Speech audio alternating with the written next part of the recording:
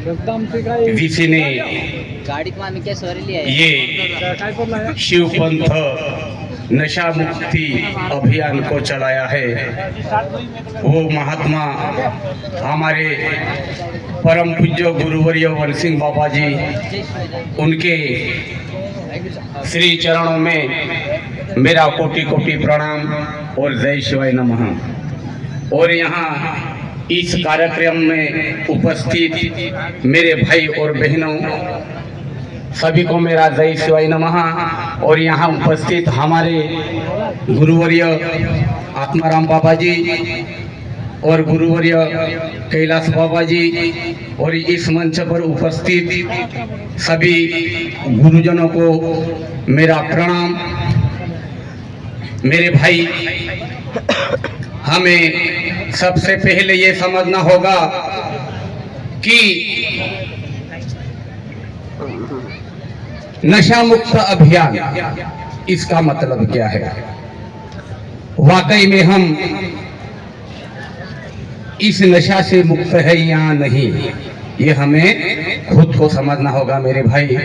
क्योंकि अभी हमारे नगरारे आपा जी ने बताया, नशा यानी कि सिर्फ नशा छोड़ना ये नशा मुक्त नहीं है मेरे भाई। नशा अनेक प्रकार की होती है, क्योंकि ये खुद हमें समझना होगा हम कौन कौन सी नशा से मुक्त है मेरे भाई। कबीर साहब की एक वाणी आती है, आदत बुरी सुधार लो बस हो गया भजन, मन के तरंग मार लो बस हो गया भजन। मेरे भाई, इस जीवन के अंदर में जो घटित होना है वो तो होना ही है।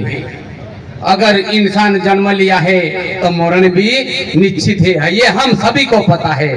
पर इस जन्म मरण के बीच में हमें कैसे जीना है, ये जीने की कला सीख लो मेरे भाई। क्योंकि उस परमात्मा ने दया करके इस 84 लक्ष्य योनि को भोग कर हमें ये मनुष्य का देह मिला है मेरे भाई।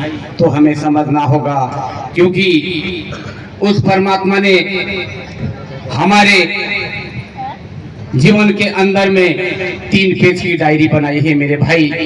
जो पहला पन्ना है वो भी उस परमात्मा ने लिखा है, और आखिरी पन्ना उस परमात्मा ने लिखा है, और जो बीच में का पन्ना है मेरे भाई वो खुद हमें लिखना है।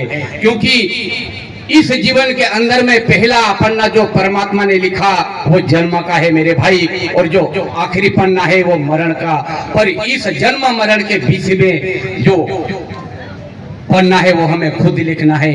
हमें यहाँ कैसे जीना है ये खुद हमें तय करना होगा मेरे भाई। क्योंकि साहब कहते हैं, हम आए सब एक घाट से उतरे एक ही घाट, हम आए सब एक ही घाट से उतरे एक ही घाट, बीच में दुविधा पड़ गई तो हो गई बराबर। मेरे भाई, हम सभी उस महासागर से बिछड़े हुए बूंद है मेरे भाई, पर हम इस संसार में आकर भूल बैठे हैं मेरे भाई। हम खुद अपने स्वरूप को भूल नहीं पा रहे हैं, इसलिए हम बार बार जन्म मरण के चक्कर में भटका रहे हैं मेरे भाई। क्योंकि अगर हम इस भेद को जान जाएंगे तो हम वाकई में इस जीवन से मुक्त हो सकते हैं मेरे भाई।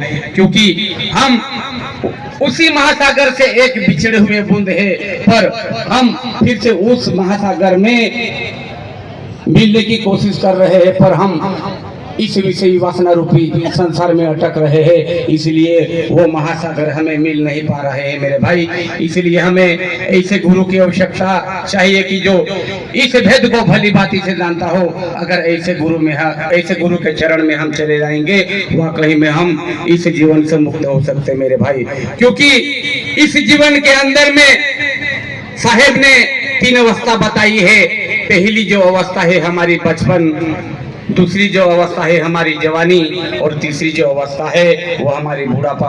अगर हम ये 3 अवस्था में भी, बचपन तो हमारा खेलने कूदने में गया, और जवानी और कहीं, और बुढ़ापे में हमारा पछतावे की सिवा कुछ भी नहीं बचता मेरे भाई। अगर ये 3 पल हमारा चले गया तो इस जीवन के अंदर में समझो हमने कुछ नहीं पाया मेरे भाई, ये सारा जीवन हमारा बेकार गया। क्योंकि हमें अगर उस परमात्मा ने दया करके मनुष्य का जन्म दिया है तो हमने भी वहां वादा किया है मेरे भाई। साहब कहते हैं जब तुम गर्भवास में थे प्रभु से वादा किया है, जब बाहर आए तो प्रभु का नाम बिसराया है। याद करो वो दिन प्रभु वहां तुम्हारे साथ था मेरे भाई। इसलिए अगर इस जीवन से मुक्ति चाहते हो तो हमें उस परमात्मा का ध्यान करना पड़ेगा, उस परमात्मा का स्मरण करना पड़ेगा, तब जाके हमारे इस जीवन से मुक्ति होगी मेरे भाई। अन्यथा हमें फिर से इस 84 लाख योनि में भटकना पड़ेगा मेरे भाई। अगर हम इस भेद को जान पाते हैं तो वाकई में हम जीते जी मुक्त हो सकते हैं मेरे भाई। साहब कहते हैं प्रेम बिना प्रीत नहीं, प्रीत बिना नहीं मान, प्रेम बिना प्रीत नहीं, प्रीत बिना नहीं मान, बिना भाव भक्ति नहीं गावे वेद पुराण। मेरे भाई अगर हमने इस संसार में इंसान का जन्म लिया है तो सभी से प्रेम रखना चाहिए मेरे भाई। मेरा कहने का मतलब यह है कि पशु पक्षी से भी प्रेम रखो मेरे भाई, तब जाके इस भेद का पता चलेगा।